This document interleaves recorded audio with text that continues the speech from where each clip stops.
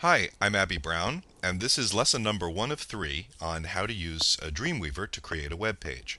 So the very first thing we're going to do with Dreamweaver is just create a very basic web page. When you open Dreamweaver, it'll take you immediately to a welcome screen, which offers you 3 basic options: open a recent item, create new, or create from samples. What we want to do here is create new, and we're going to create a new HTML file. This is the most basic web page. So here we have the blank screen for our web page, and we can use this just as if it were a word processor. So we say, well, I'm going to be creating a web page about the anatomy of a rubber duck. And so that'll be the title. And I'm going to give myself credit for it.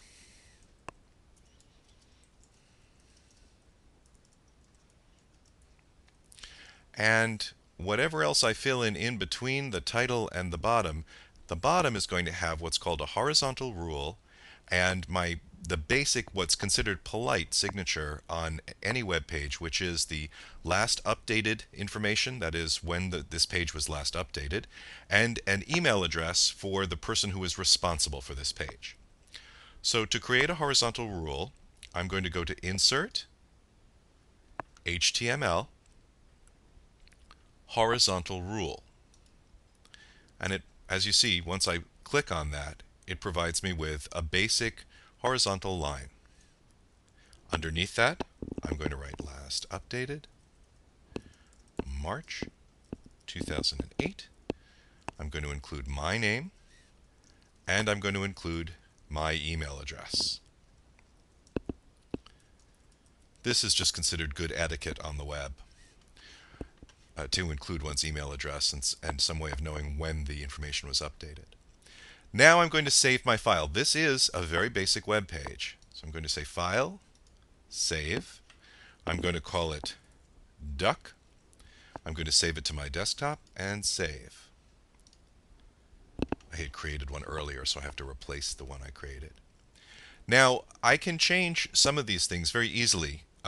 For example, I can change the size of the text using this palette down here. Let me bring that up a little bit.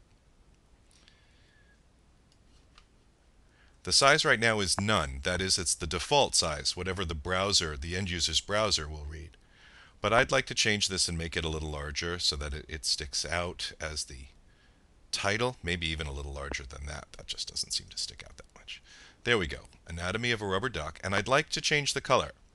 So I'm going to choose something that I hope is festive, bright red. And I'm also going to make it bold.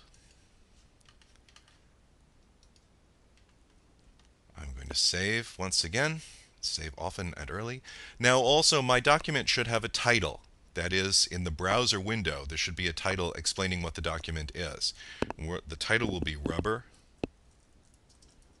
Duck Anatomy. And again, File. Whoops. I guess it's saved the way it is. File. Save. Now, I'm looking at this in the design mode. There are 3 modes in Dreamweaver. One is the design mode, which is what's called a what you see is what you get mode. This is what the web page will basically look like. But I could also look at it in the code mode. Now the code here is HTML, Hypertext Markup Language. Now as you can see, it's added all of the correct information for me. But if I wanted to change something, if I wanted to go in and change the code itself, this is how I would do it. For example, if I decide that I need a little extra space between last updated and Abby Brown, here I'll show you here on the design. Here it's got 1 space. If I wanted 2 spaces and I wanted to do it by hand, I could go into the code. Now click over here and I add another paragraph. Now when I look at design again, it's a little further apart. Now, one way to look at it simultaneously is in the split mode. That is, the top part is my HTML code, and the bottom part is my design or output. This may seem like something you don't need to do, because it's working with the code may seem confusing, but really I urge you to learn at least the basics of HTML, because there is no web editor that works perfectly. There are times when, as you're working on web pages, you need to go in and be able to make some minor changes so that you get exactly what you want output. If you know a little bit of HTML, you can make these changes yourself using the split or the code mode. I'm going to go back to design. And that's how you create a very basic web page. In the next two lessons, we're going to look at adding some pieces to these web pages, images and links. And that's it. Well, thank you very much. This is Abby Brown for East Carolina University.